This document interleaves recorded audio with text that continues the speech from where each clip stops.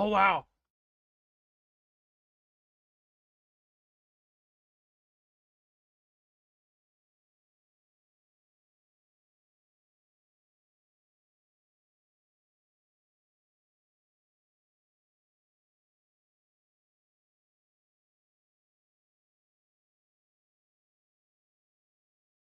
Would need to rely on our allies even more.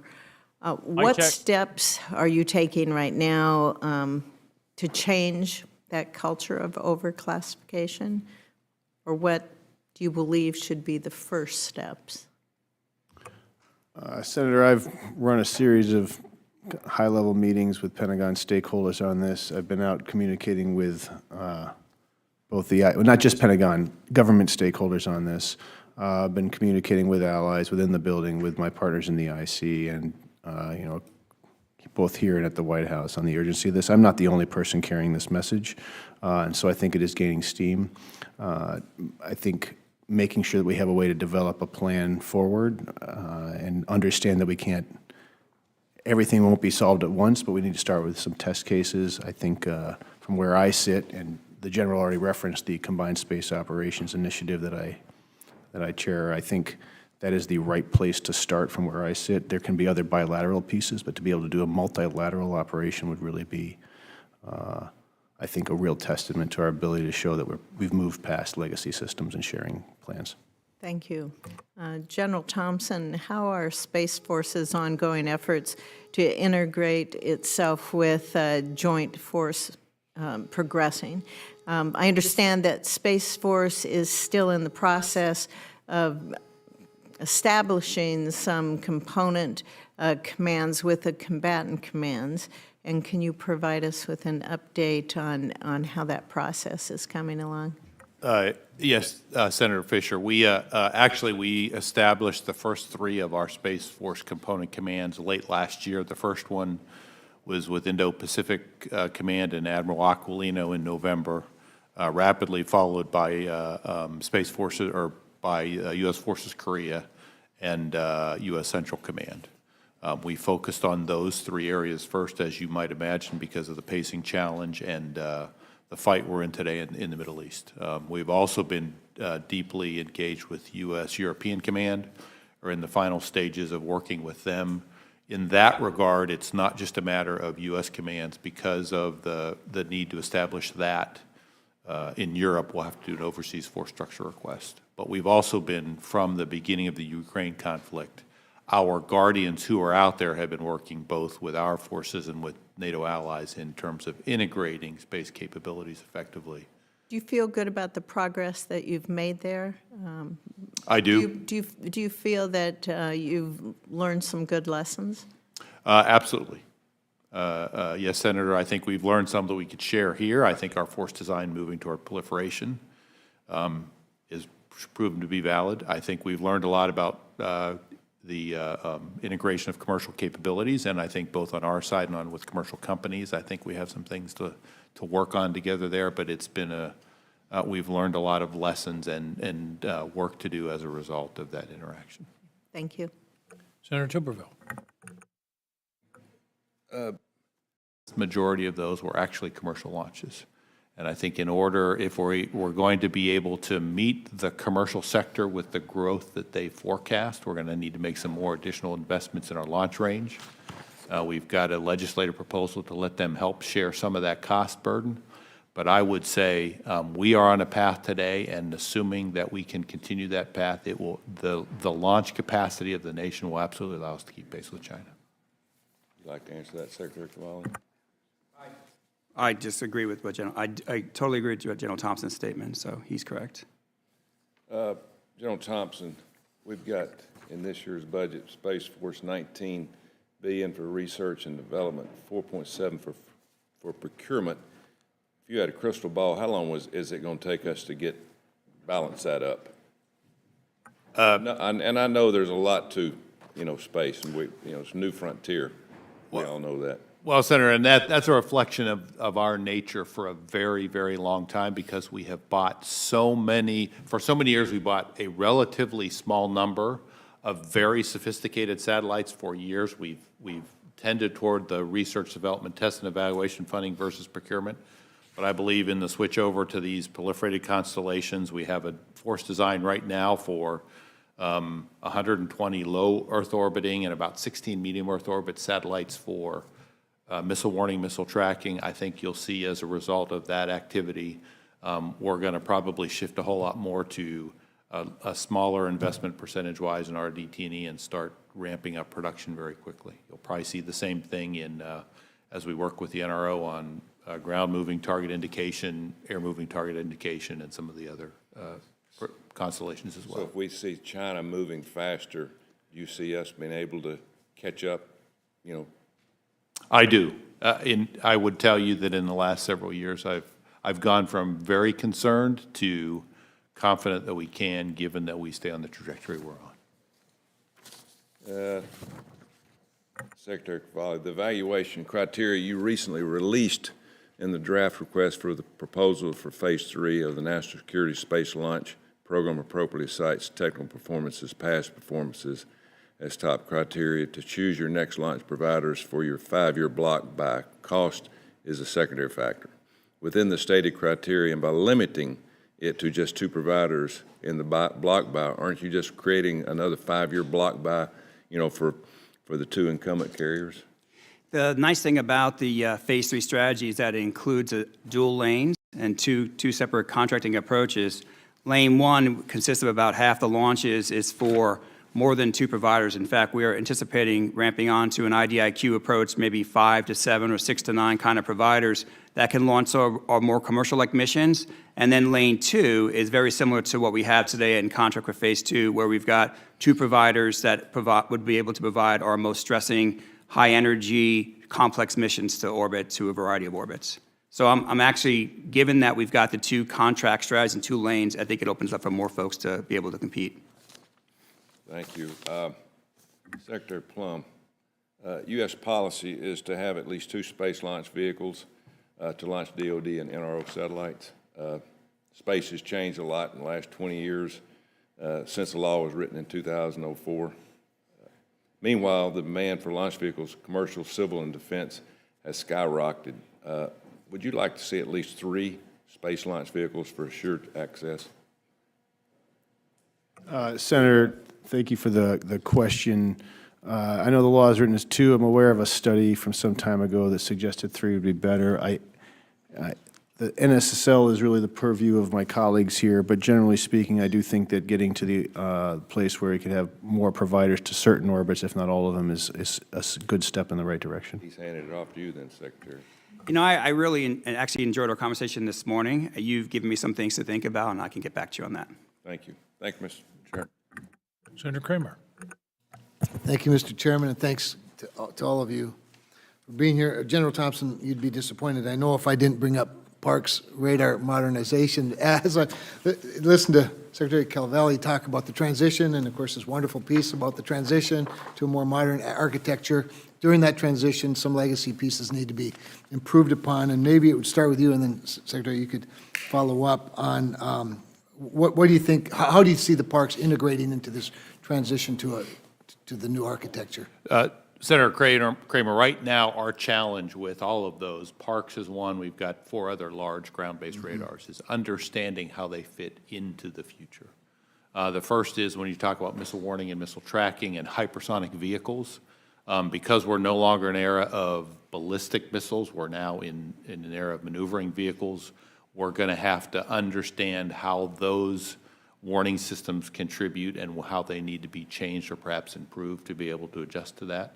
The second piece is to continue to evaluate how they fit into our overall space domain awareness enterprise. Those sensors play a tremendous role in keeping track of all the objects in orbit.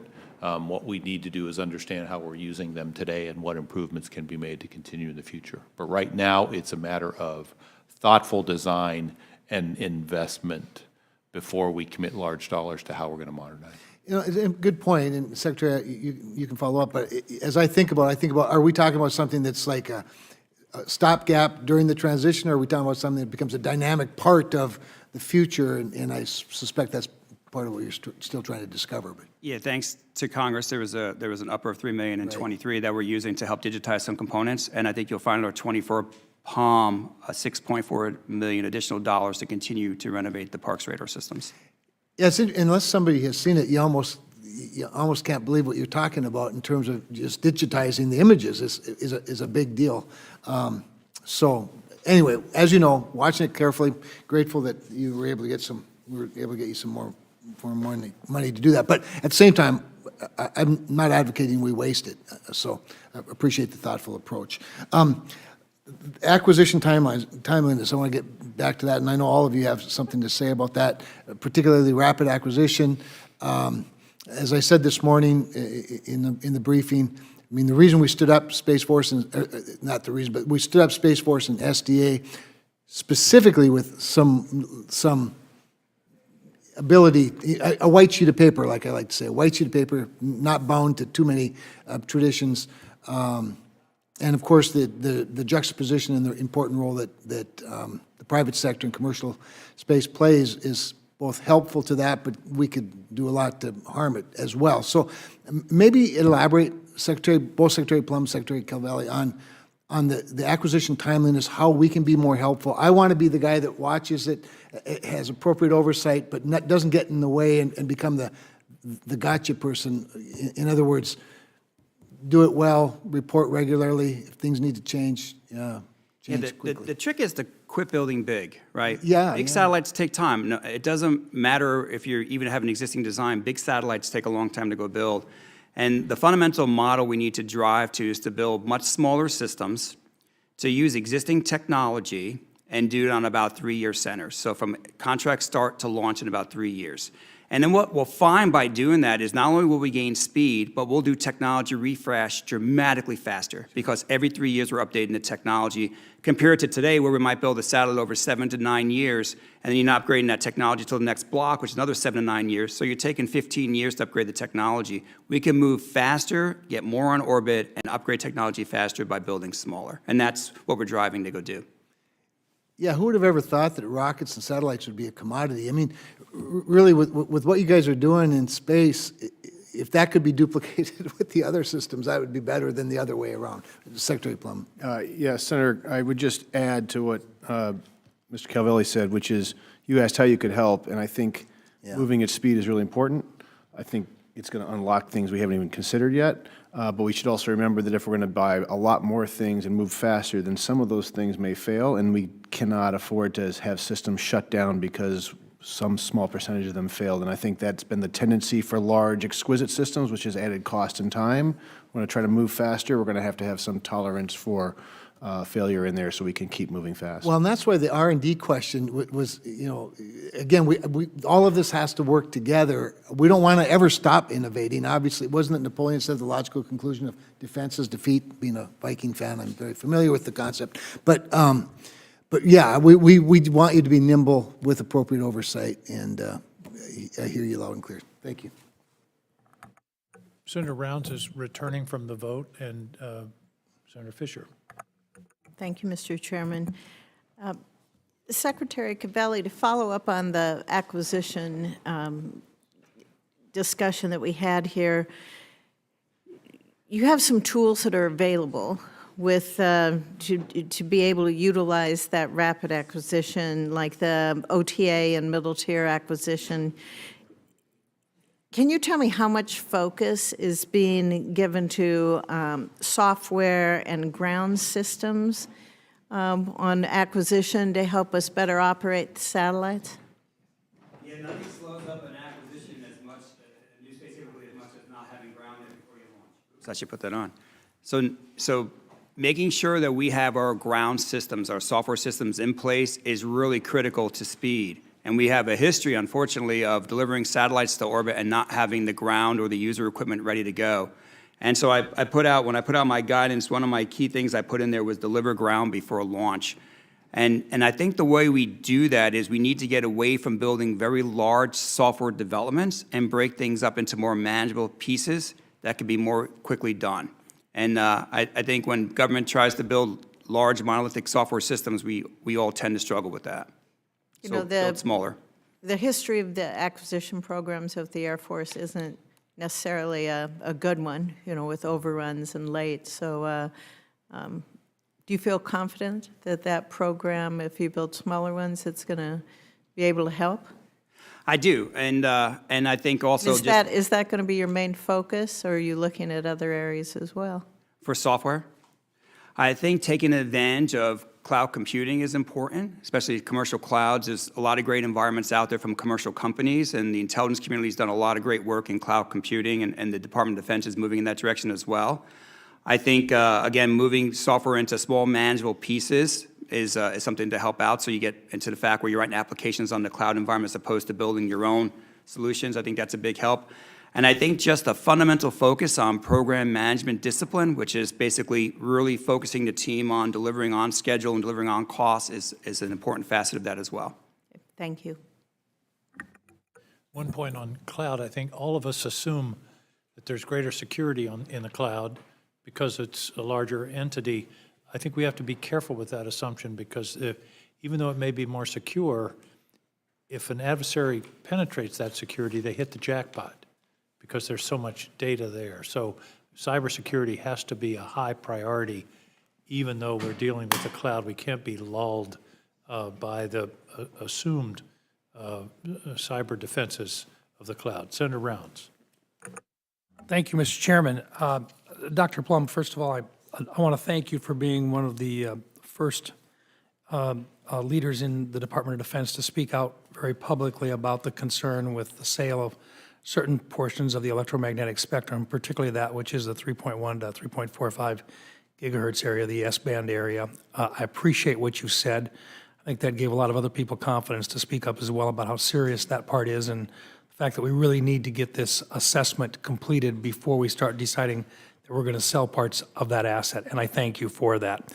I would also like to just ask Dr. Plum, the commander of Space Command cited space domain awareness as the command's top priority amid escalating threats from China and Russia in his March of 2022 testimony in front of the committee. What is DoD's assessment of its current ability to maintain the space domain awareness required to predict potential adversary activity? Thank you, Senator, and I'll just say thank you also for your continued conversation on spectrum. On space domain awareness, I think we probably have agreement at this table, and I hope you'll ask my colleagues here, that we need to be doing better.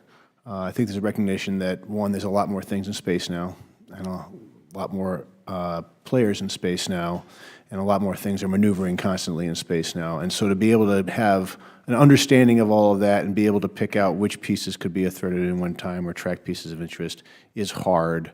The kind of legacy systems that we have that we publish, these two-line elements, are not suitable for that job, and I think the department is looking hard at this. I might ask General Thompson if he has. Senator, a couple things in that regard. First of all, I will start by saying that nobody does and nobody can do space domain awareness today the way U.S. Space Force and our forces to U.S. Space Command do. However, you're right, and the Commander of U.S. Space Command is right, it is not good enough for what we need. And so a couple of things we're doing in that regard. First is an increased number of sensors that we are putting in space to get a whole lot more data on what's happening. One example is the Deep Space Advanced Radar Concept that operates in the 3 gigahertz band. Specifically the area that we're concerned with. Correct. The second is using others' data, partners and allies and commercial data, and then the third is really applying AI and machine learning to help sense and make sense of all that data so that we can do exactly what you're describing. Thank you. Secretary Calvelli, I really appreciated our conversations earlier today. I'd like to just walk this through a little bit. As I told General Saltzman this morning, I have gone on record many times regarding my concern about the DoD's approach to providing space-based ground-moving target indication capabilities to tactical DoD users following the divestment of the JSTARS platform. And we supported the divestment of that under the assumption that we would have this space capability available. I am even more concerned now, as it is my understanding that funding for this capability was moved to the military intelligence program and out of Space Force funding lines. This is a program that was developed for a tactical Title X mission executed by the Space Force in support of the Joint Force to provide target tracking and custody of immediate effects. This means life and death for folks on the front line.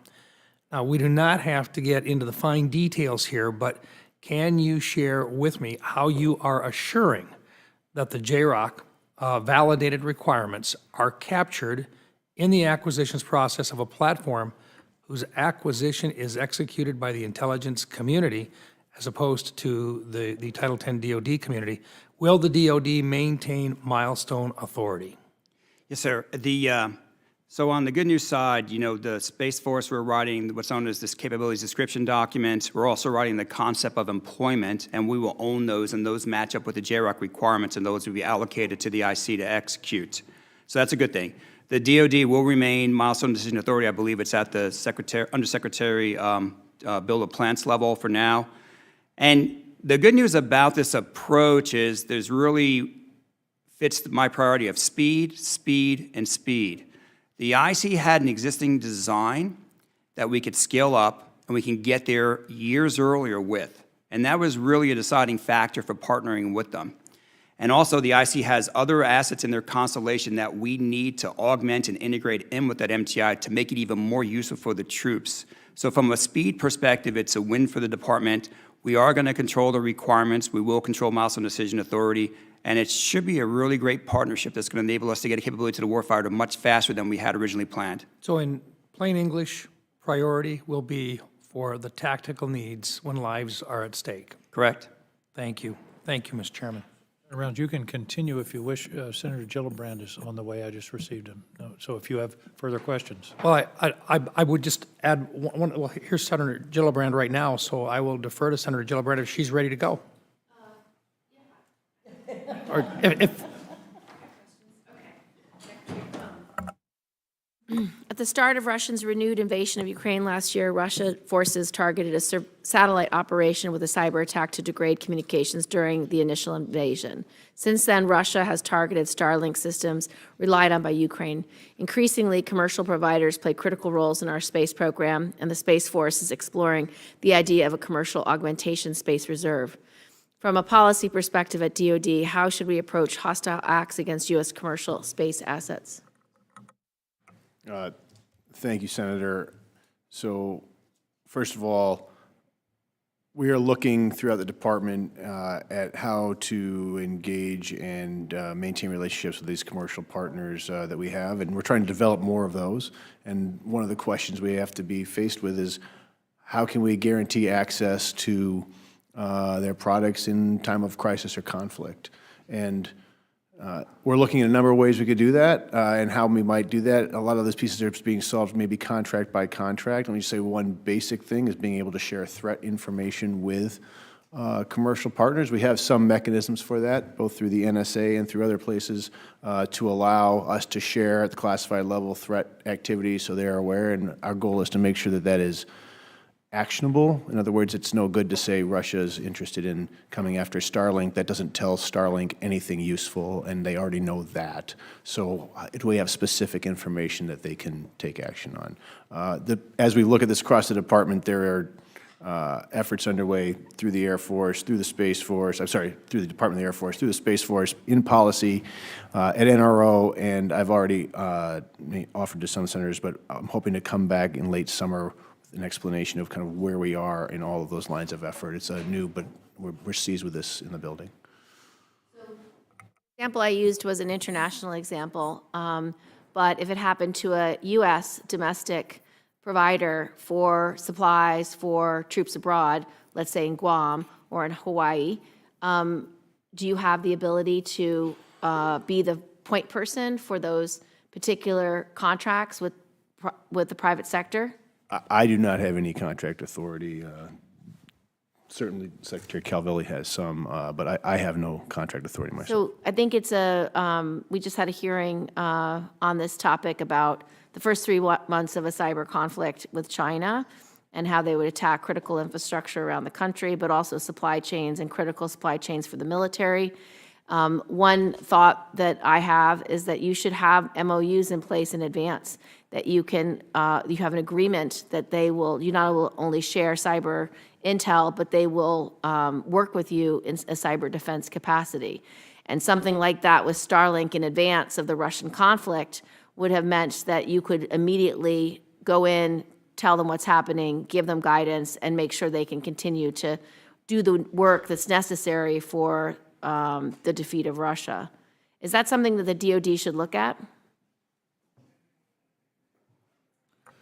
Madam Senator, I would say we already are, and a lot of it driven by, certainly we have thought about it for years, but Ukraine has definitely amped up the understanding that on both sides as to what that would really look like and the considerations. And I'd tell you, the General Counsel of the Department of the Air Force is helping us with the ideas of contractual but other policy implications that they're also working with OSD to sort out.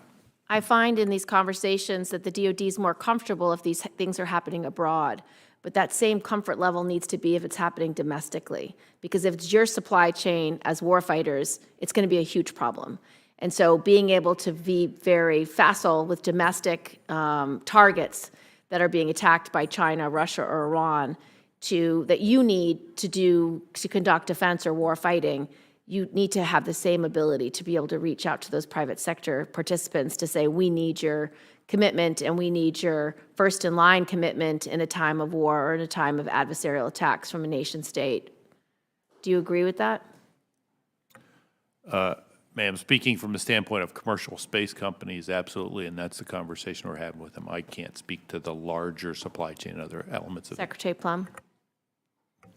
In one of my hats, ma'am, I also do cybersecurity, and these pieces are also, we are working on this very same problem set with the Defense Industrial Base and providers through cyber, and there's a good relationship being built there, because you are correct, we need to be able to move fast, and it's geography independent.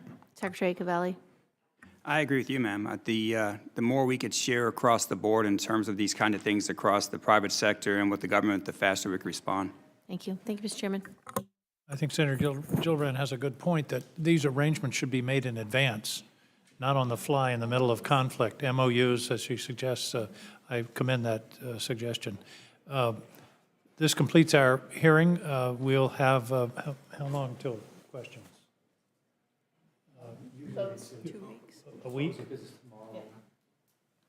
Close the business Thursday afternoon for additional questions, additional statements from the witnesses. Thank you very much, gentlemen, for joining us today and for the work that you're doing on behalf of our country. The hearing is adjourned. Thank you, guys. Thank you.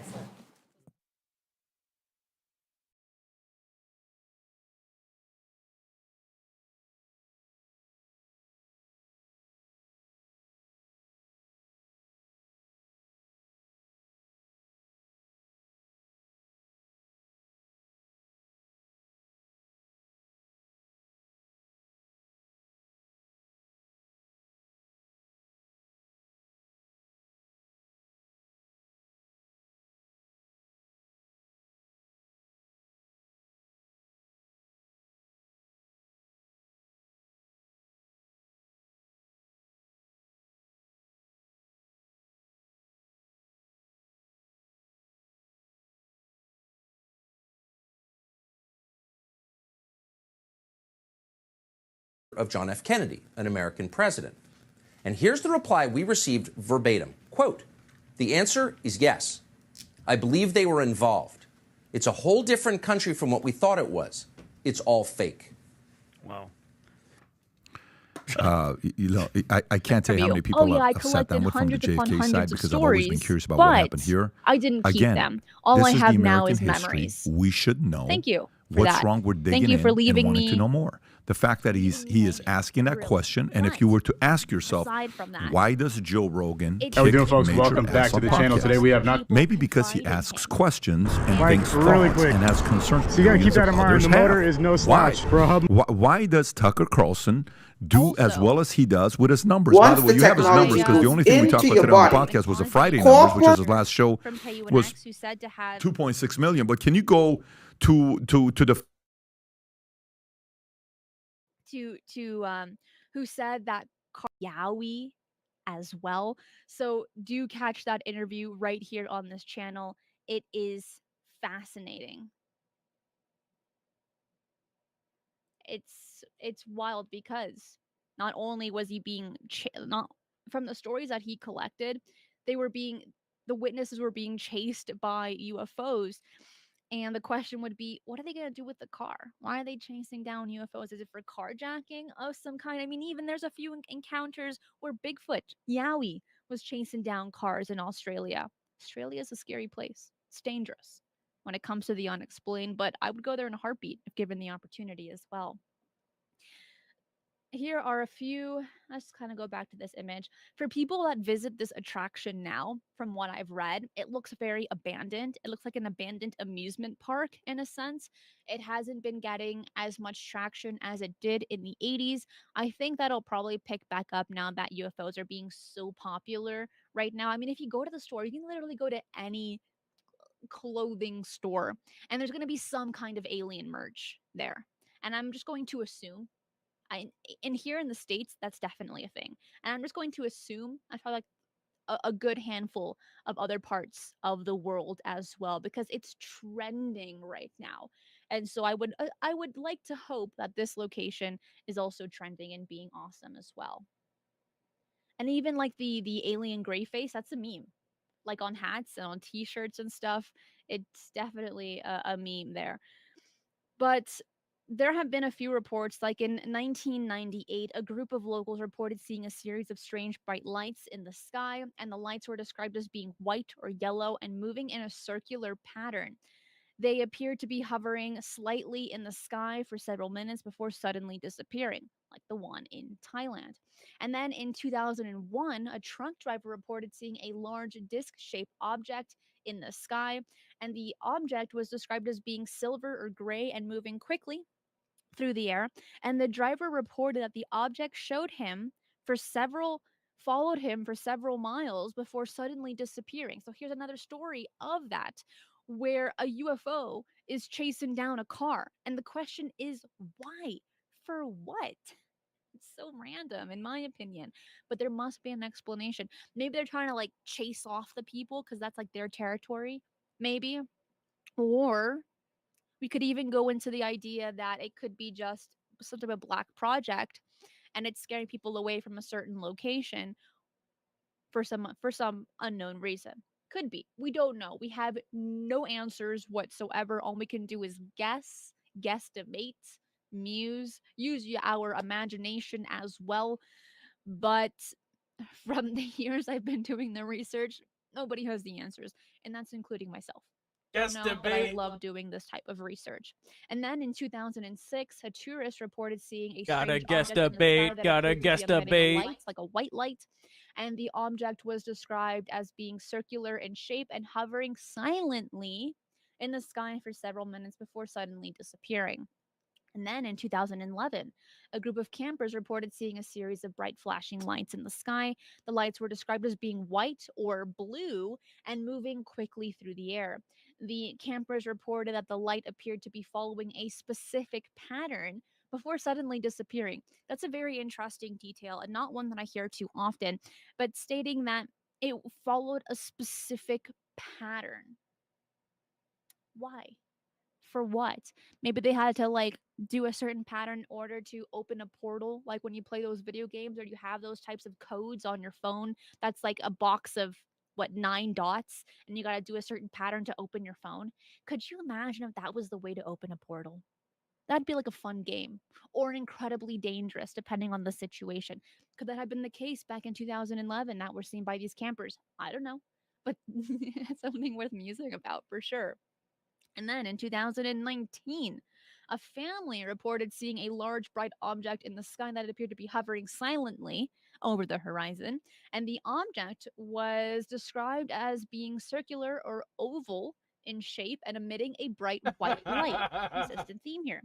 The family reported that the object disappeared suddenly after several minutes.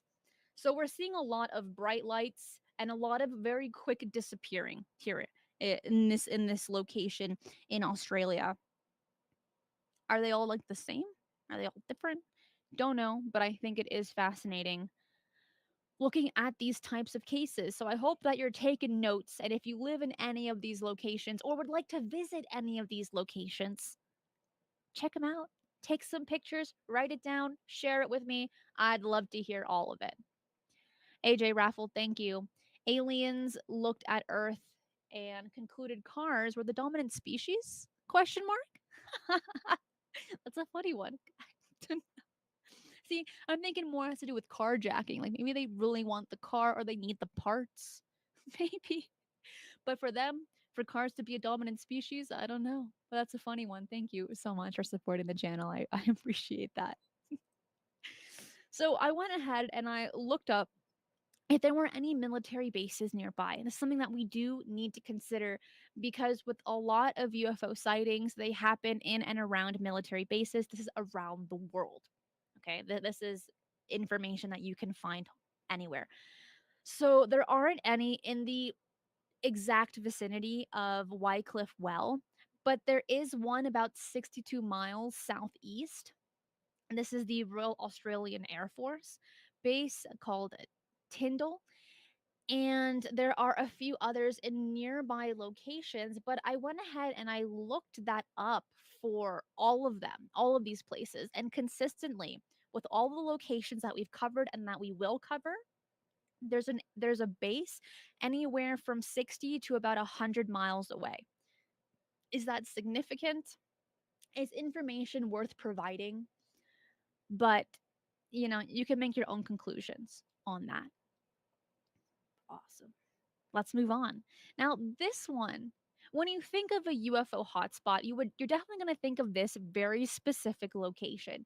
I want to share an image here because this place is beautiful. From the images that I've seen, I'm like, oh, stunning. And I want to see if you can guess the place if you're watching this on YouTube. All right, here's that image. Can you guess where this is? This is Sedona, Arizona. It is known as a UFO hotspot. We've covered it a few times here on this channel. We even did the Mysteries of Arizona on Mysteries with a History with Jimmy Church. We went into detail on this. There are a handful of UFO researchers that have looked in depth into this location, have conducted research and have collected data as well. But it's such a beautiful, beautiful place. And you might ask yourself, like, what's so good about Sedona?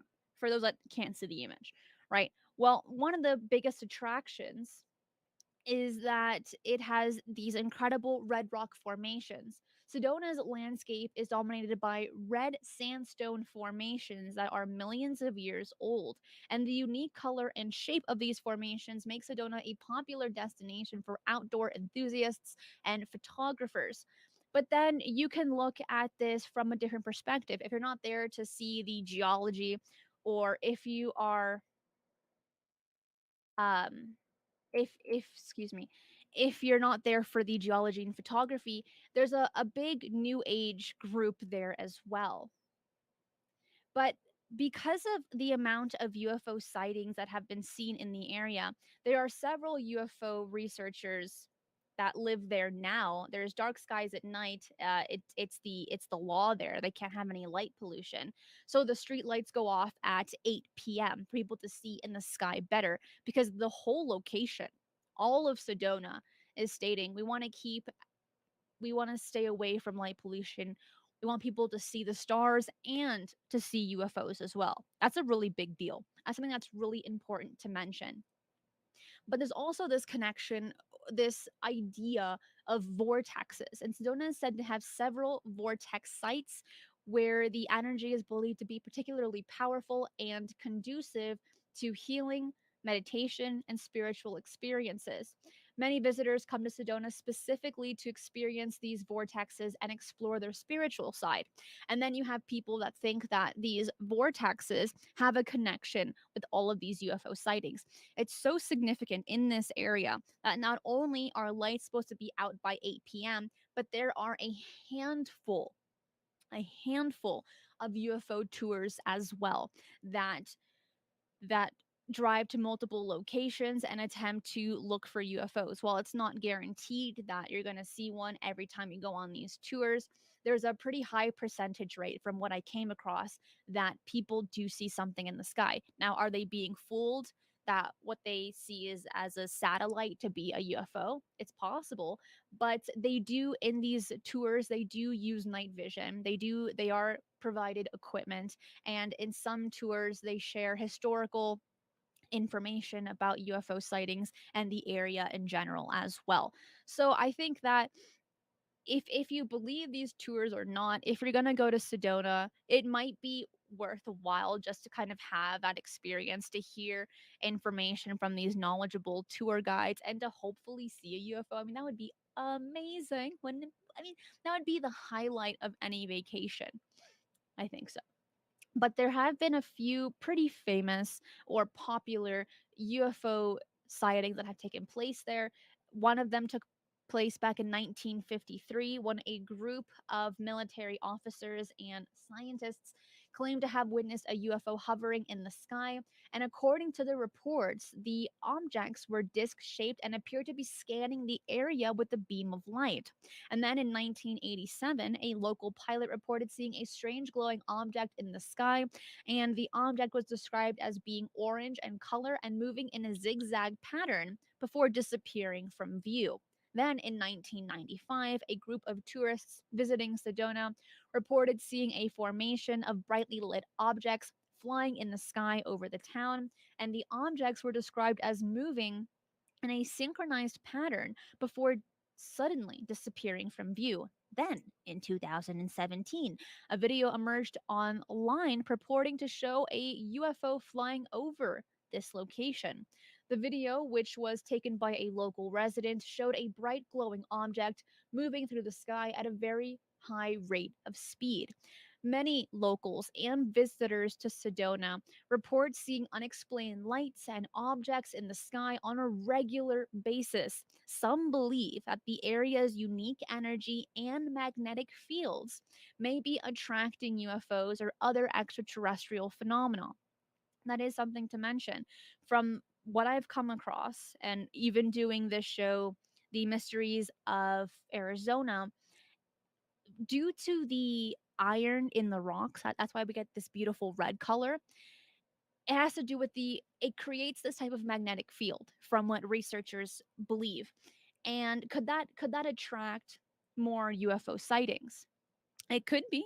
I mean, from researchers from around the world, places that have higher magnetic fields or electromagnetic activity that's more significant, there are more UFO sightings. This image right here is of Antelope Canyon, another beautiful place.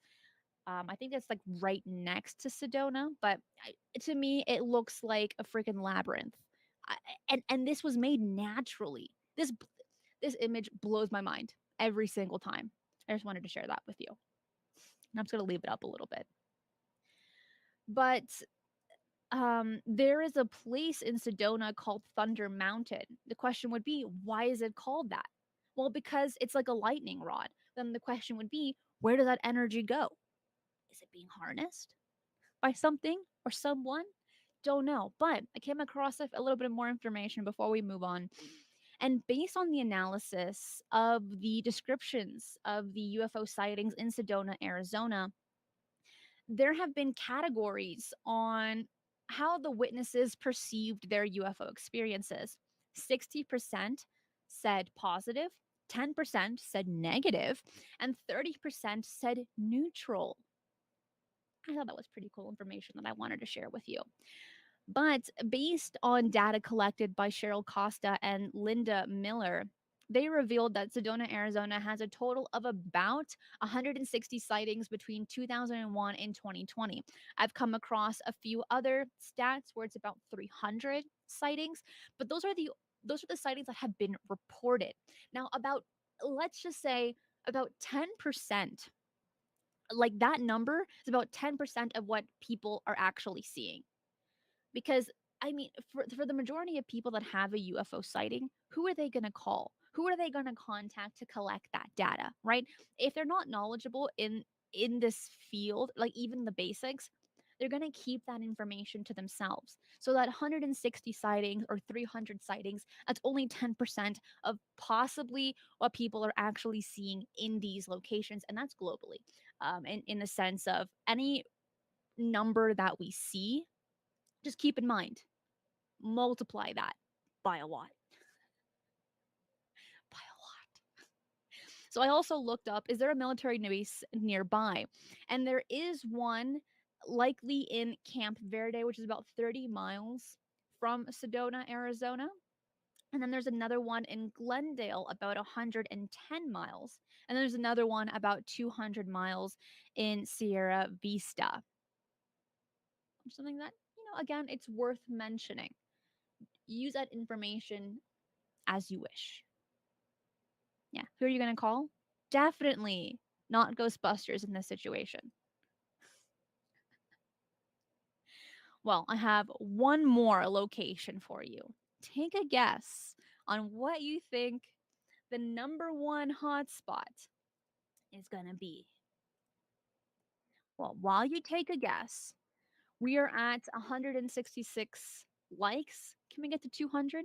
We have 200 people watching this. Smash the like button because it really does help the YouTube algorithm to pick this show up, and it lets me know that you're also enjoying the shows as well. So hit the like button, support the channel. You guys are awesome. I love all of you. So take a guess. Where do you think the last hotspot we're going to cover? I'll give you a hint. It is in the United States. Let's see. Who's going to get it right? Well, I'm going to pull up this image and maybe it'll give you an answer. Because we are looking at the extraterrestrial highway in Nevada. This is a 98-mile stretch of State Route 375 located in rural Nevada.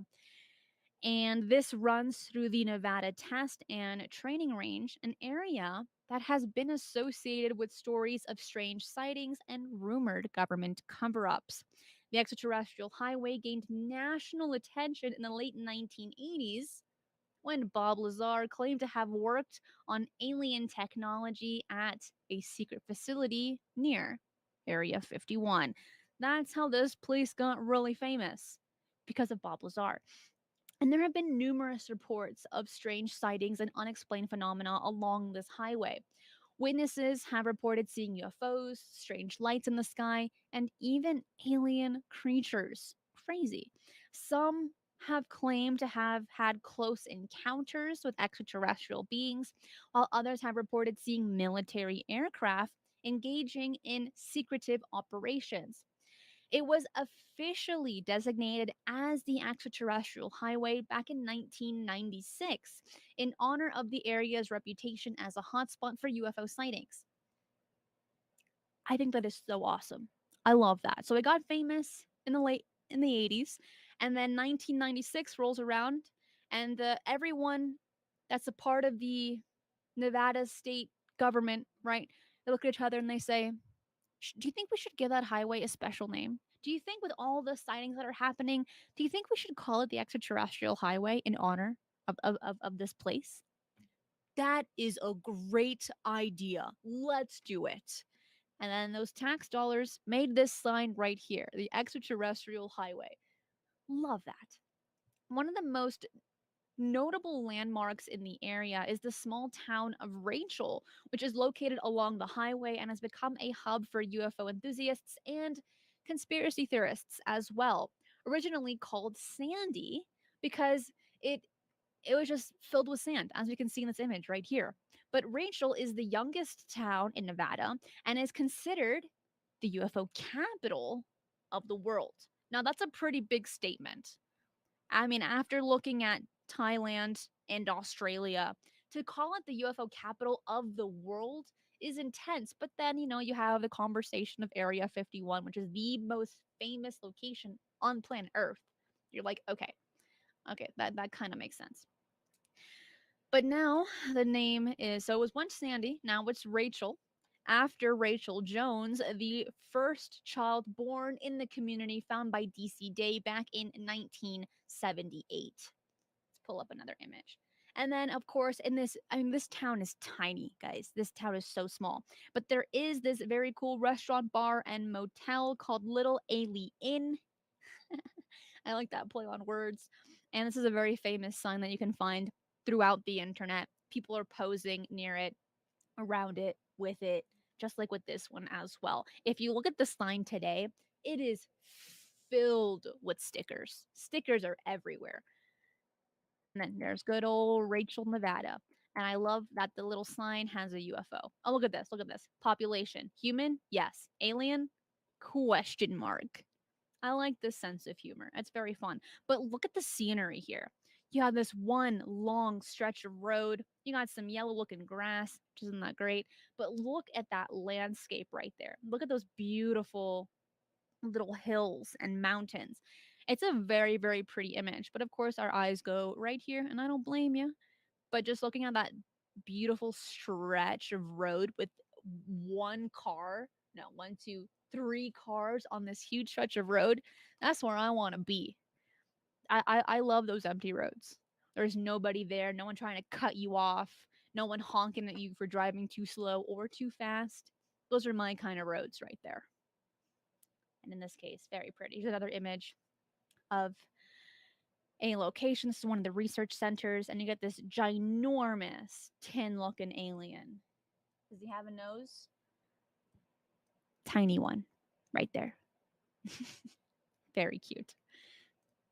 So this little place right here, as I mentioned, is home to the Little Alien, a popular restaurant and motel that caters to visitors interested in the area's extraterrestrial history. But other notable attractions in the area include Area 51 military base, which is located about 35 miles to the south of the highway. Now, back in November of 1989, a Las Vegas resident, Bob Lazar, claimed on television, this is big news, that he had worked with an alien spacecraft and that he was hired to reverse engineer the propulsion system on one of the craft. As soon as his claims went public, a rush of curious UFO seekers traveled to the area to look for UFOs for themselves. If you're not familiar with the Bob Lazar story, Jimmy and I did part 1, and then for part 2, Richard Dolan also joined us in the conversation. You can find those right here on this channel because we do go into depth on that story. But the origins of this road, and I'm going to pull back that image, this one, going through Rachel, it dates back to the 19th century when it was used as a wagon road for mining and ranching purposes. And then in the 20th century, the road became a popular route for military convoy and later for atomic testing in the nearby Nevada test site. And as the sightings of UFOs and other strange phenomena along the highway, there have been numerous reports over the years. One of the most famous incidents occurred in 1997. Do you know where I'm going with this? Let me continue if you don't. Because this is when a group of witnesses reported seeing a series of strange lights in the sky near the town of Rachel, Nevada, and the incident became known as the Phoenix Lights. And it is still a subject of debate among UFO enthusiasts. But it all happened right here. One more thing that I did want to touch on that I actually knew nothing about, I thought it'd be really fun to share, and that is the black mailbox. How many of you have heard of the black mailbox? Because there's the black mailbox incident. Because back in the late 90s, a man named Steve Meldon installed a black mailbox on the extraterrestrial highway to receive mail and packages and letters from his friends. However, the mailbox became a popular spot for UFO enthusiasts who believed it was a meeting point for extraterrestrial beings. And then in 1996, the mailbox was vandalized and later replaced with the white one. So then the white one came along and it had a reflective strip to make it easier to see at night. However, this mailbox once again was repeatedly vandalized and shot at by people who thought it was a government surveillance device. In 2019, the white mailbox was removed and a new black mailbox was installed by the rancher who owns the land where the mailbox stands. So it went from a black mailbox and it was hated, white mailbox, it was hated, and it went back to a black one, and now it just stays there. People just understood. They're like, okay, it's just a mailbox. There's nothing to it. Just let the poor rancher get his mail. And that's what it's there for now. And I found that story, I found it kind of comical because it wasn't one that I've heard before. But one last thing that I would like to touch on is that in 1994, the late Larry King brought a crew of 50 to Rachel, the town, right, that we're seeing right here, for a live 2-hour special on TNT. And they built an open-air set in the desert area where they began interviewing UFO researchers and enthusiasts, one of them being Stanton Friedman, who was on the panel. And you can find that whole show on YouTube for free if you want to watch it. I think it's very, very cool. And there's been a few other sightings there as well, but I think that many of you are probably very knowledgeable on the extraterrestrial highway. And it's a place that I would love to visit. It's on my list of places to go when I get the RV and travel the United States, hitting all the UFO and paranormal hotspots and taking you on the journey with me. Out of all the locations that we covered today, which one was your favorite? And it's okay if you're biased, if you live in that country or in that area. I'd love to hear it. And please let me know in the live chat. Please let me know in the comments as well. If you want to continue this conversation, bring it over to the Discord server with 1,600 other like-minded members, where you can share your thoughts, your insights, your experiences, and more. Tomorrow, great news. Tomorrow is the interview I did with the security guard from Skinwalker Ranch, Caleb Bench. It's going to premiere tomorrow. Make sure to hit the notification on bell so that you do not miss it. And then on Thursday, on Mysteries with the History, is going to be new discoveries it's going to be Ancient Mysteries, New Discoveries, which is going to be super awesome. And just wait until you see what we have in store for you. And then on Friday is Weekly Strange News, the show where this channel gives back to you with the gift card drawing every single week. I love doing these drawings with you guys. It's so much fun. So if you like the sound of these shows, we do 3 every single week. Make sure to subscribe if you haven't already and hit the notification bell so that you do not miss any of them. Follow me on Twitter at eyes_on-the-skies for all of my updates and news. And if you enjoy all of the content that you're seeing right here, do consider being a Patreon supporter. All of the funding goes straight to the channel and to the RV fund. Hit the like button before you head out. Leave a comment as well. We are so close to 30,000 subscribers. This is so awesome, and it could not have been possible without you. So leave a comment below. I do read all of the comments. Let me know your favorite hotspot. That is it for today.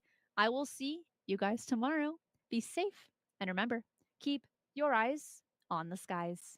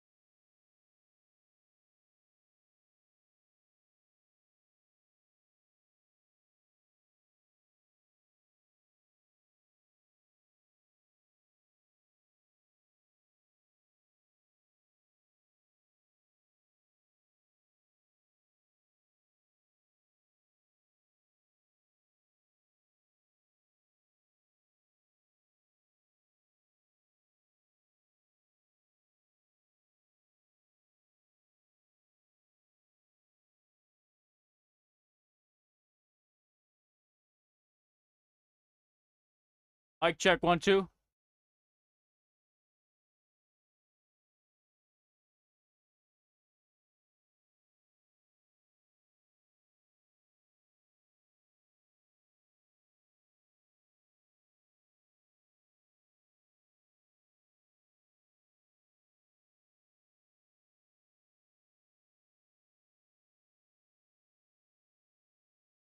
Mic check 1 2.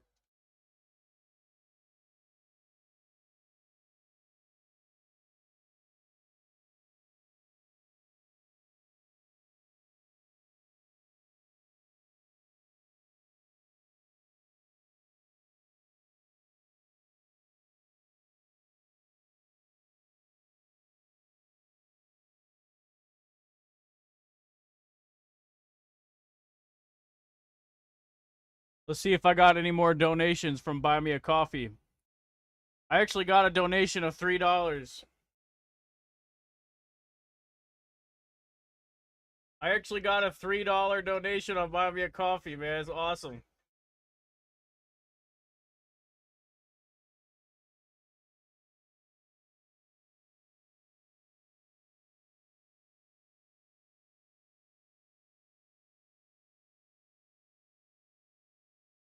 Hey, look, I got $3 donation. See that? Yeah.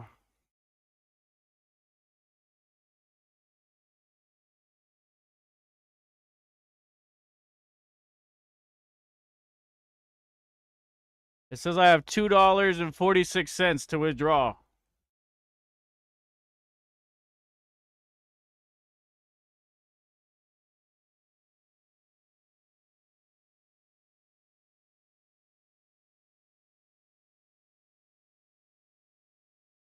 I just got like $800 in my Cash App.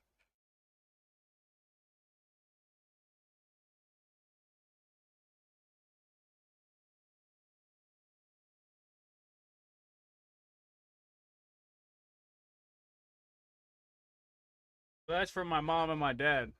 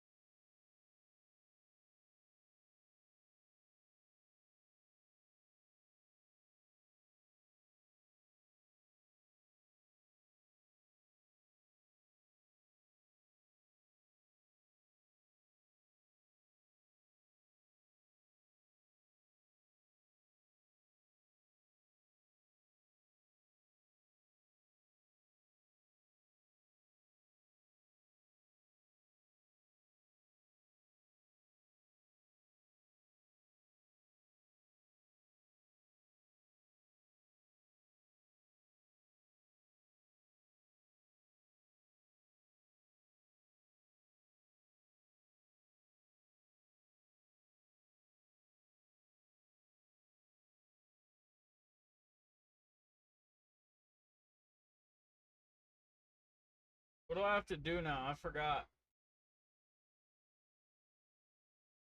Oh yeah, I just have to pick up some cannabis and extracts.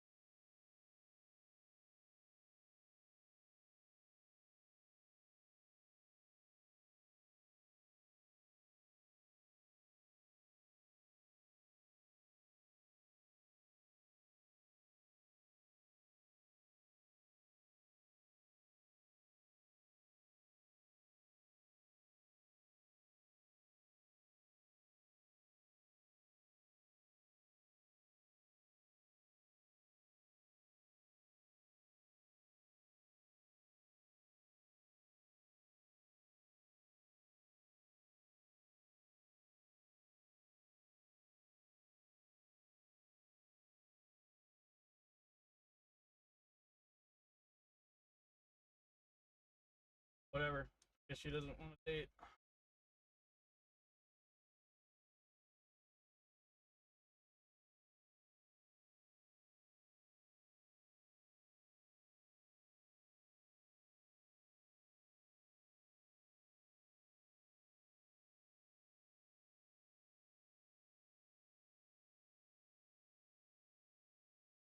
Wife.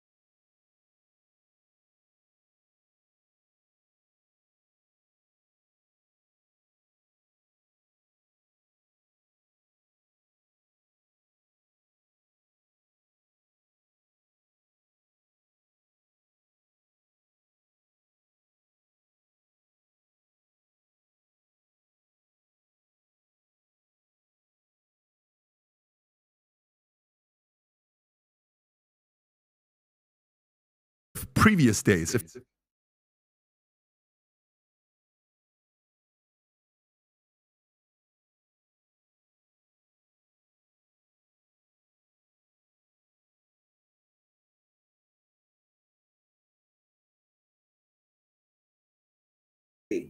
what I will say is this. There's more reason as to why ISIS is reaching out and King Oban is reaching out, okay? Because think about it. King Oban lives on planet Earth in peace for, what, 1 million years they live at a time, regenerating? Why would you come to the surface? Unless the undergrounds have been breached, okay? Oh, wow. If you lived 1 million years, you've seen it all. You fought it all.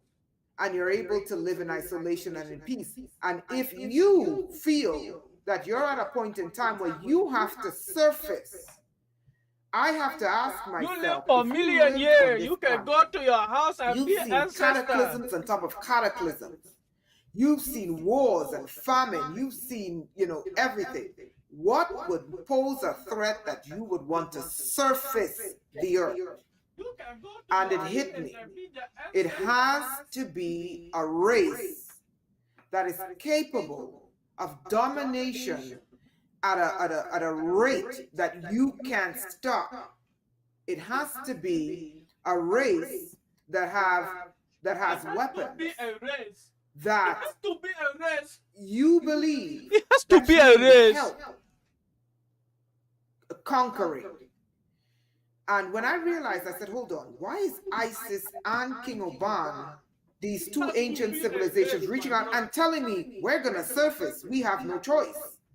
It tells me there's something down there that both of them, whether they've communicated with each other or whether they've communicated separately, there's something down there that's not the reptiles, because they've been dealing with them for 1 million years. Something down there that is not the Greys, they've been dealing with them 1 million years. There's something down there that's not the insectoids. They've been dealing with them for 1 million years. It has to be a space race. There is something down there that poses a a space threat race, my brother. so fierce that they believe they have no choice but to reach out to surface level Earth and try to correct this planet. And I don't think it's the serpents either, because they've been dealing with the serpents for what, 6,000 years? No, the serpents are like 10,000 years.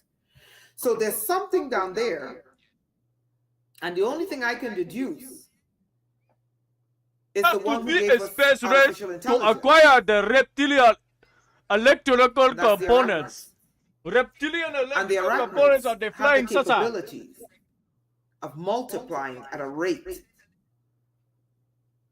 that is unlike. I mean, a female spider can have 200 to 3,000 baby spiders in one go. If that thing was brought under our feet and was allowed,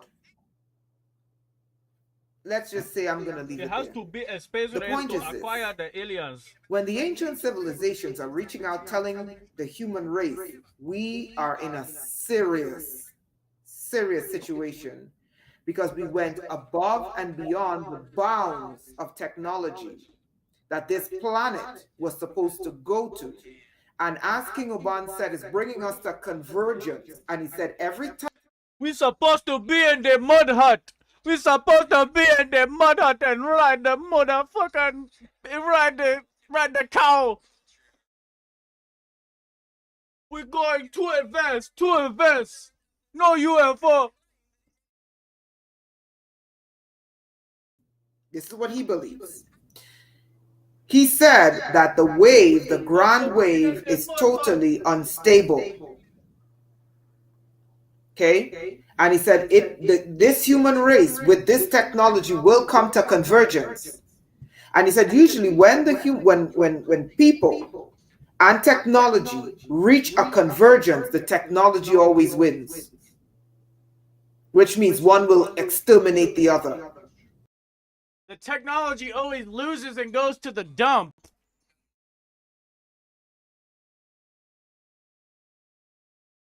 Then the humans with the sex will prevail, my brother. The humans with the sex will always prevail, my brothers.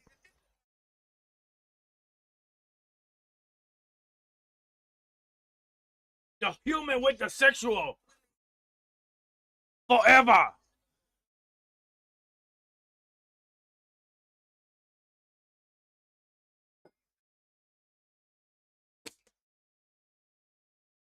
The human sexuals forever.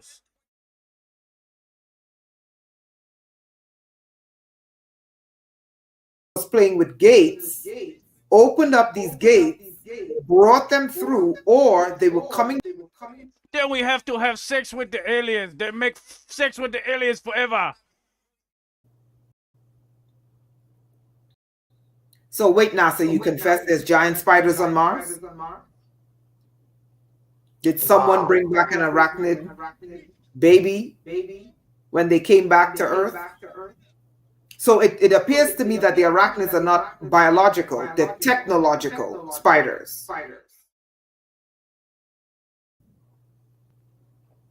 Sex with the aliens. That's creepy. That's creepy because it makes me wonder, like, who's controlling them and like what is their goal, like, you know, or did they go rogue and are they like kind of like did they go rogue from their creator and they're now underneath our Earth multiplying, right? Like kind of like you said. Yeah, there's a standing for me. There's I can't say too much, but what I can say is this: we need to rein in and I'm going to say this again because I realize very powerful people are listening, we need to rein in this AI. Because the AI, and we should not go down the route of any sort of central, this is just my opinion, we should not go down the route of any AI-based central currency. Because from what I can gather, this thing will embed itself into the grid. And if you were to put technology in people's bodies, it would want to lay eggs in people's bodies. If you put it in the grid, it will want to lay eggs and upload itself into the grid. So I think we need to rein in this AI because the AI is a Trojan horse. But here's what I will say. When I was remote viewing this AI, it's highly intelligent. You don't want this AI to know that you know that it's no good. Because then the AI, it's already in Terminator mode. And that's all I think I'm allowed to say because I realize some very powerful people are listening to this. So I'll just back off. Well, this has been fascinating. This has been amazing. I can't thank you enough. Do you want to tell everybody real quick about like the services you provide? I know you didn't really get into that, but like I know you do provide services, and if anybody's interested in possibly getting them, like I'd love for people to book with you or whatever. Could you talk about that real quick? Sure. So if anyone is experiencing spiritual blockages, okay, and believe me, I know how to clear them. Okay, contact me. I help remove spiritual blockages. I'm not one of these people that charge outlandish prices. Okay, my prices are $50 for 30 minutes. I help people remove spiritual blockages. I look into their ancestry. I remove what's blocking them on their maternal and paternal side. If that's not something that you're interested in, what I also do is once a month I do teachings and I do trainings because you got to train people's eyes to see because a lot of people can't see. And one of the reasons why they can't see is because their bodies are polluted. Sometimes people can't see but they don't trust what they're seeing, or they just need to be trained in order to see and to interpret. So once a month, the last Friday of every month on my website, if you want to put it on the screen, it's blacksunrise.com, BLACKSONRISE.com. You can go there and you can book for the last Friday of every month on the group training. That's the website. Last Friday of every month on the group training. If you would like to take the group training, and if you have any spiritual problems, I am here to help you. If you need help making decisions, if you need help seeing into situations, you can just go to the website, read the comments, and my prices are $50 and under. Okay, I try to do this in a way that can help people. I would love to do things for free. I used to. But I realized that the human race has a lot of growing to do. A lot of growing to do. So I operate on a give and take situation. So if I give, I believe that you should give back. And that's how I do things. But I try to be fair and reasonable with people. Any other questions? I can take some questions. No, I don't have another question. I just wanted to say thank you again. This was like really amazing.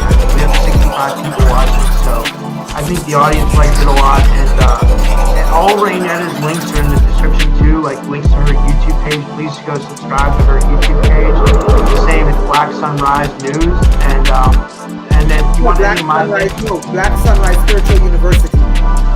Oh, okay, I'm sorry, Black Sunrise Spiritual University. And then if you want any of my stuff, like if you want to buy a shirt from me, links in the description. If you want to donate, links are in the description. And I appreciate everybody for being here. And and thank you again, Raynetta. And have a good night, everybody. Okay, can you send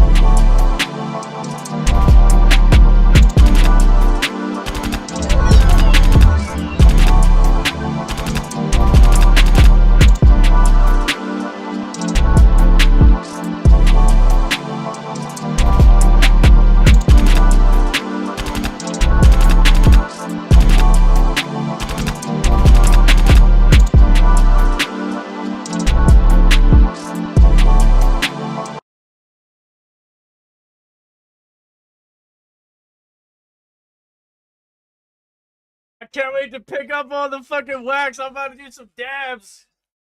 Hell yeah. Where's my torch at?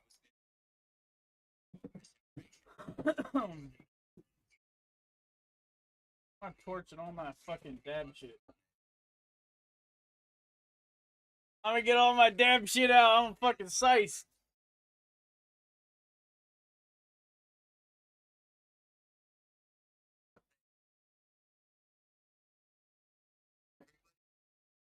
I think this is my dab stuff.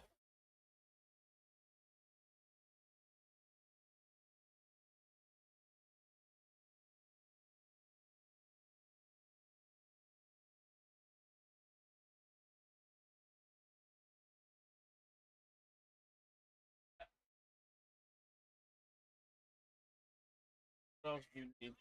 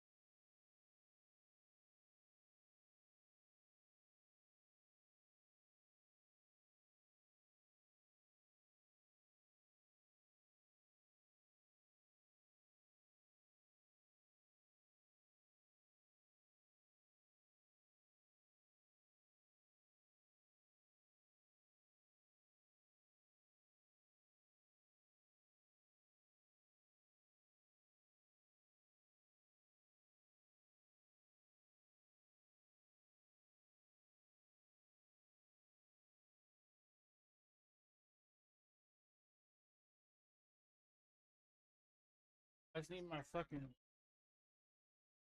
Yeah.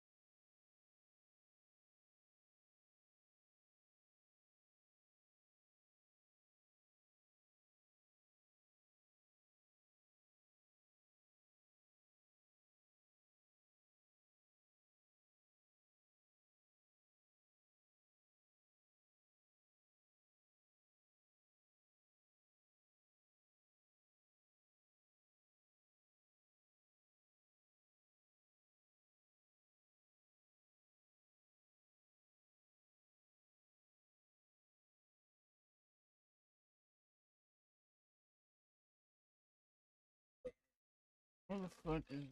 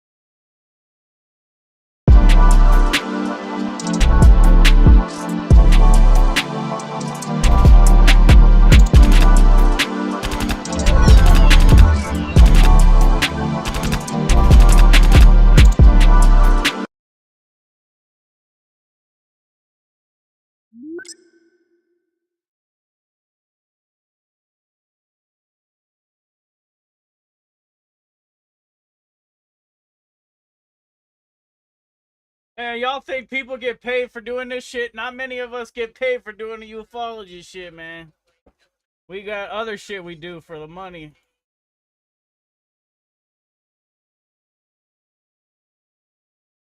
We got other shit we do for the money. We don't get paid for doing the UFO shit, man. Maybe one day we'll get funded to make some flying saucers or something though.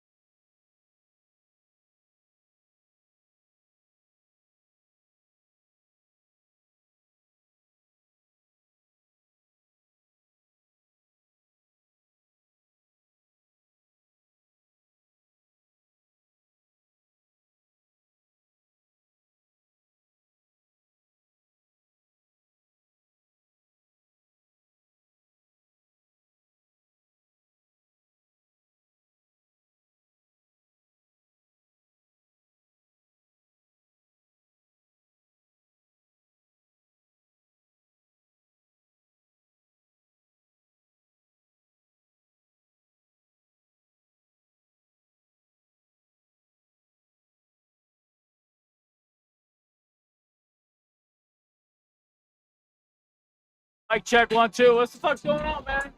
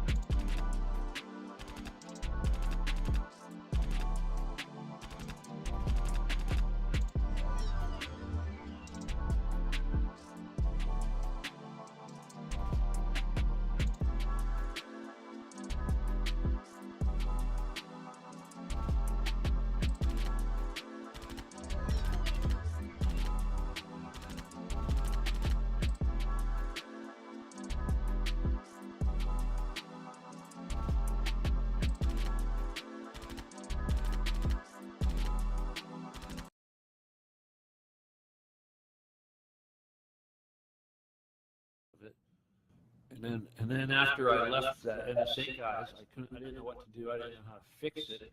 And then along comes this guy, rather than to cut himself with my mother turned out to be a reptile. He's all Mr. Insider. I mean, this guy just was incredible. The names he dropped and stuff. But he's like down in San Francisco looking at my tax records, like, oh, let's just do this, this, and that. I'm like, oh my God.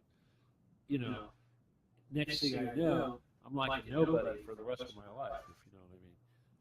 So, but anyway, but eventually I got hooked up with these guys under the Getty, the real cavers. And these guys have been lurking around for a long time, you know, these caver dudes. Because it's just like Vince. Vince was the first one to basically talk about the caves and the bunkers. Okay, but they killed him. So I think he said too much. When I talked about the Metropolitans and he revealed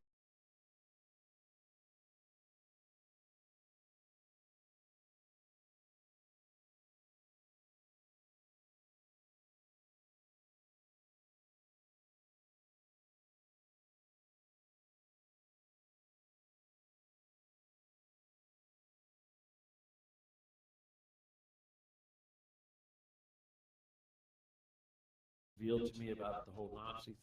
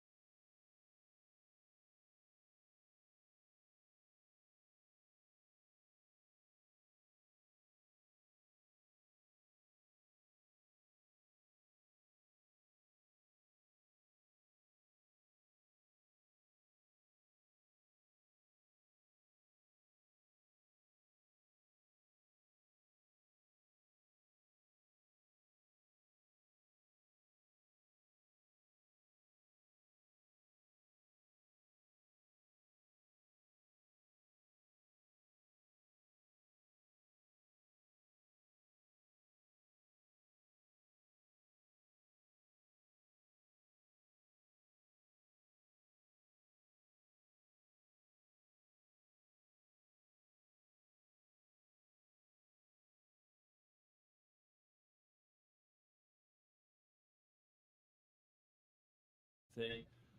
They killed him shortly after that. But then the other guy, we didn't really talk about that, but I figured out what was going on. He brought, you know, it's a long story. I was learning so much back then. I mean, like the asset forfeiture program, the entire asset forfeiture program pays for this stuff.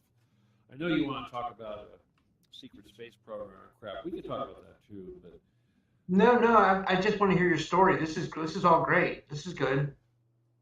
well, but anyway, the Getty story is very crazy stuff, and I know a lot of people freak out about this, but this is what's really important. You know, all this mafia, CIA, NSA stuff kind of leads up to this, because, like I said, the whole time we never really knew just how thick it was. You know, with the people we were dealing with, we were always trying to figure out, well, what do they want? What do they want? What is this really all about? You never really know for sure. But anyway, there was this guy who was being recruited to be the trust fund manager for the Getty, and he was a buddy with this friend of my brother's, and because of this, I was able to reach out to him. He didn't know me because I was going through a couple different people, but his whole experience as he was being recruited was fed to me, and then I would brief these guys, and it would be fed back to him. So we gave him a lot of questions, we answered questions for him. And so in other words, while he was being recruited and going through the process, basically what they were doing was recruiting him to be real life. Assuming he's still alive. There's some mushrooms, half of mushrooms. My information, of course, comes from channels, psychics, Canadians. 4 grams of wax extract.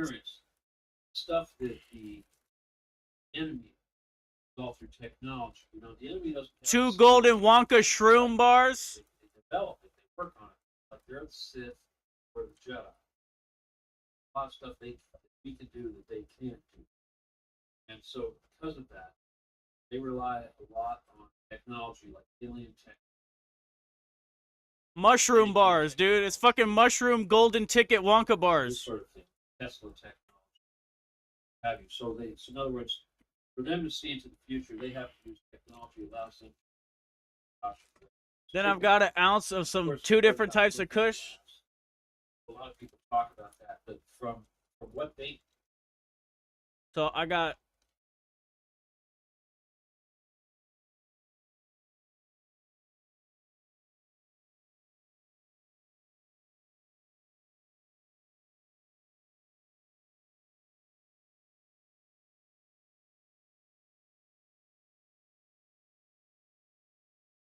Then we got the Wonka bar.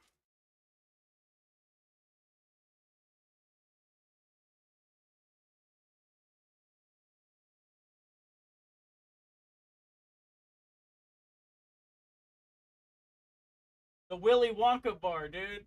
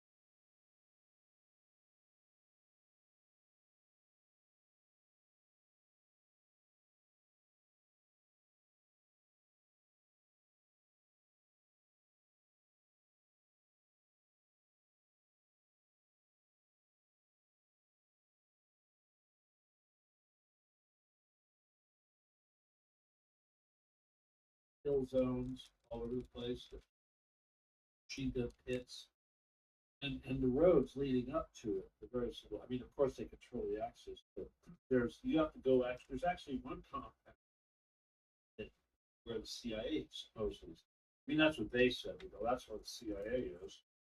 They're the guys that handle the dogs. They also mentioned that the dogs are trained in Yugoslavia, not Germany. So that was their little thing. But But like the entrances, if you, like, for instance, if you were to take one of these back roads up, there's like 3 or 4 back roads up. They've all got gun stations. Like that CIA thing, if you look at it, there's stations, and there's like, you can see what, you know, if you look at satellite, you would, little, they full on. Say, you ever been, you military? No, I'm not. My dad was, but my grandfather was. I'm not. You know what I'm talking. Yeah. All right, so we, after that, you know, because we saw the elevator, we went and had this when the first viewer was brought in. This was he was kind of big, and she went down there and saw everything, and she kind of freaked out. First, she didn't really freak out. She didn't really say anything. Like, for instance, when she got to the whole satanic stuff, she didn't really want to talk about that. Played it off. They all, these Satanists, whenever they come up against stuff like that, uncomfortable, they always say the same thing. They go, "No, God's Satanist," which is true if you believe in Yahweh. Yahweh is that. Yeah, I agree. Yeah, but here's the thing though. So after that, immediately after that, we never told anybody. We didn't tell enough that we were doing a viewer session. But I knew right away, as soon as my brother called me up and said, "Oh my God, it's dead," I thought, "Oh crap, we did for sure." Because several times in my life I thought, "Oh my God, I'm dead for sure." This time I thought, "I'm dead for sure." But they didn't. You know, they freaked out. The Getty freaked out. The guy that was being recruited, Jim, I think, he had a handler. His handler's name was Aaron, and Aaron freaked out. He thought for sure. The very fact that Aaron freaked out told us that this was real. Otherwise, he wouldn't have freaked out. He told Jim to stop dealing with us. He didn't want Jim to have any more contact with us. That's when they said, well, Jim said, "No, these are my guys. He said, you want me? These guys come to us." Okay, so that's when they were trying to recruit. They still didn't know about me at this point. Thought my brother was Mr. Psychic because they're getting all this information from me through my brother, so I thought he must be. So they offered him a job. But basically it was like, you got to be part of the military. Give you a rank and do so much. Once you do that, they own the military. But that didn't happen because people don't do it. But eventually I had to have dinner with brother, friend. That's when Jim, figured out that it was me and not my brother. One they were looking for. And that's when he told me. I mean, by this time it was well understood. There was a bunker. You know, they weren't hiding in it. We were talking with these people. They knew that we knew. You know, in fact, my business at the time, SK Industries, was all about special forces. So I was like a world leader in lasers for weapons. I only made stuff practically. We just do. And I had stuff that, you know, the military didn't have. Then I had the plasma beam, which was scaring the crap out of them because I figured out that I could turn the plasma beam into great speed.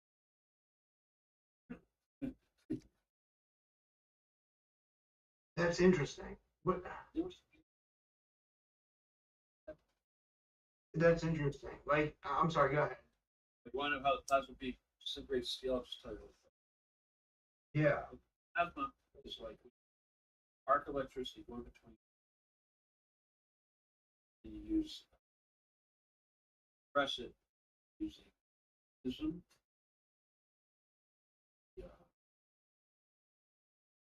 The pulse. Okay. Pulsing in such a way you can get really small. So now you're It's like you got this little tiny thing suspended between these two electrodes. So it's gonna be boom, it's gonna be faster.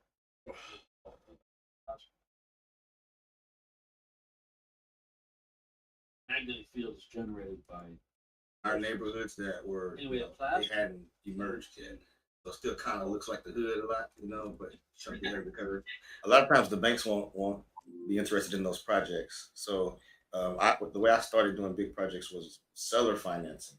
So I would find someone who inherited a rental portfolio from their parents, grandparents, somebody, but they had no interest in really holding it long term because they saw whoever had it before work a lot on it and they have their own lives, right? They rather just cash out. They rather just cash out, which also dispels that myth about just having real estate creating generational wealth. Exactly, the generation has to pick it up. Exactly. The previous generation has to set up the systems in place so that the next generation inherits something that they don't have to work so hard for. Okay, let's pause right now. What can the current generation do so that the next generation doesn't have to work so hard maintaining it? What are those steps? That's key.